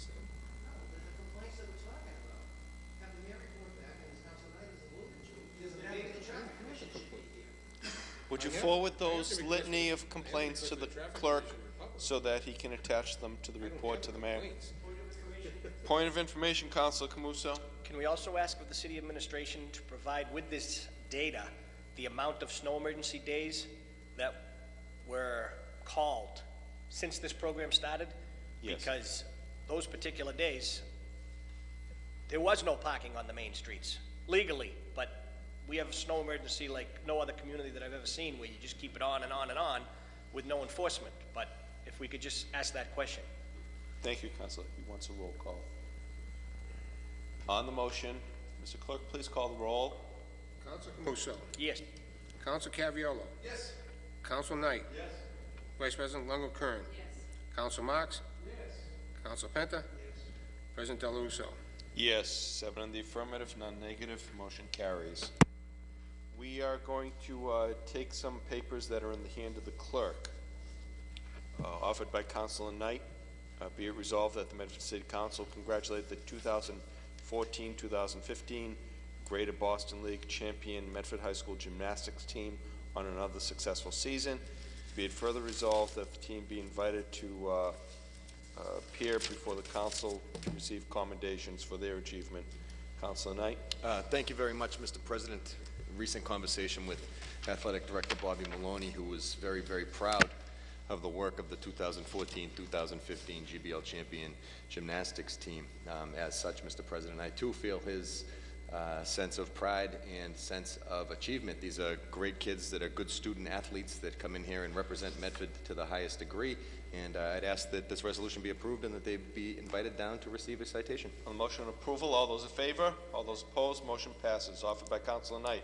Be it resolved that the Medford City Council congratulate the 2014-2015 Greater Boston League champion Medford High School boys hockey team on another successful season. Be it further resolved that the team be invited to receive council commendations on this achievement. Councilor Knight. Yes, Mr. President, thank you very much. I believe the 2014-2015 GBL champs are back-to-back champs this year, and under the direction of Coach Bates, they've been really achieving at a high level. I'd like to commend the team, Mr. President, and ask them to come up here and accept a citation for their wonderful achievement. They too are great student athletes that represent Medford, and you know, I think that it's a real good thing to allow them to come up here and to be praised for the hard work that they do and for the way that they represent our community. On the motion of Councilor Knight for approval, all those in favor, all those opposed, motion carries. Offered by Councilor Knight, be it resolved that the Medford City Council congratulate the 2014-2015 Greater Boston League champion Medford High School girls hockey team on another successful season. Be it further resolved that the team be invited to receive council commendations on this achievement. Councilor Knight. I guess it was a good winter for Medford High School sports, Mr. President. Indeed. We have 3 GBL champions, and the 2014-2015 girls hockey team was also able to win the championship this year, Mr. President. So, you know, they're a great team, great girls. They do a great job representing the city of Medford. They wear blue and white in their veins, and they represent us well. So, again, I'd like to invite them down as well to receive council commendation on their great achievement. Very good. On the motion of approval, all those in favor, all those opposed, motion passes. A number of condolences. 15-100, offered by Councilor Penta. Be it resolved that an expression of sympathy be extended to the family of Ann McLaughlin upon her recent passing. Ann was a lady well known in the Wellington neighborhood for always being involved with her children in the neighborhood, for which so many folks enjoyed. Ann is well remembered for her hello and smile to all. Also, 15-291, offered by Councilor Knight. Excuse me. Be it resolved that the Medford City Council extend its deep and sincere condolences to the family of Ann McLaughlin on her recent passing. We'll also add on a couple more. Be it offered by Councilor Penta. Be it resolved that an expression of sympathy be extended to the family of Christine Cuzzy, former graduate of Medford High School and a city employee secretary, upon her passing. Upon retiring from the city, she became a tireless volunteer for charitable endeavors and was actively involved in fundraising for the St. Jude Children's Hospital while owning a jewelry store in York, Maine. 15-293, offered by Councilor Knight. Be it resolved that the Medford City Council extend its deep and sincere condolences to the family of Thomas Gustafson on his recent passing. And finally, offered by Councilor Marks, be it resolved that a moment of silence be held for longtime Medford resident Eileen Blake on her recent passing. So if we would, for all these people who have committed and connected to Medford, rise for a moment of silence, please.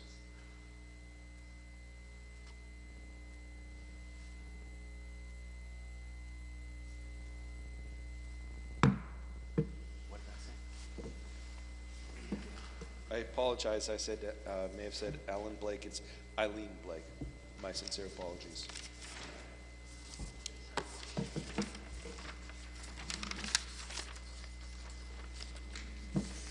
Records. Hopefully we'll have some resolution to our records conundrum. The tabled records of February 17th, 2015 were passed to Councilor Caraviello. Mr. Councilor, how do you find those? My colleague, Councilor Knight, has made the recommendations for the corrections to the clerk. So the corrected records are offered for approval, Councilor? Yes. All those in favor? All those opposed? Those corrected records are accepted. The tabled records of February 24th, 2015 were passed to Councilor Knight. Mr. Councilor, have you had the opportunity to find anything with those records? Mr. President, I did find error in the records. I'm working with the individual, and we're trying to see if we can figure out exactly what it is the miscommunication is. So we're going to Table again, please. allow them to remain on the table. All those in favor, all those opposed, those remain tabled. The records of the March 10th, 2015 were passed to Councilor Penta. Mr. Councilor, how did you find those records? I found them in on the format that they're in, and I approve. Motion for approval for those records by Councilor Penta. Councilor Knight wishes Mr. President, to speak on that motion. I'd actually like to make a brief announcement, Mr. President, if I may. Well, then we're going to approve those records. All those in favor, all those opposed, they are approved. Councilor Knight has an announcement for us all. We're having a committee of the whole meeting tomorrow evening. Yes. At 6 p.m. in room 207 to address the issue of substance abuse in our community, Mr. President. This is a public meeting that's open to all, and I'd ask for those that have anything to contribute, add, or participate to come on down. It's going to be a good beginning. Yep. And also, Mr. President, there's a committee on the rules meeting at 4:30 prior to the subcommittee, the committee of the whole meeting. Will you be serving dinner at that meeting, Councilor? I'm thinking about it here. I got to talk to the clerk and see what he has on the menu. Thank you very much. Gatorade. And Gatorade. Thank you for those Motion to adjourn, Mr. President. Announcements. The temperature in this chamber is 59. Ooh. 62. On the motion of adjournment by 4:36. Vice President Lungle-Curran. Gee, we're going to take up...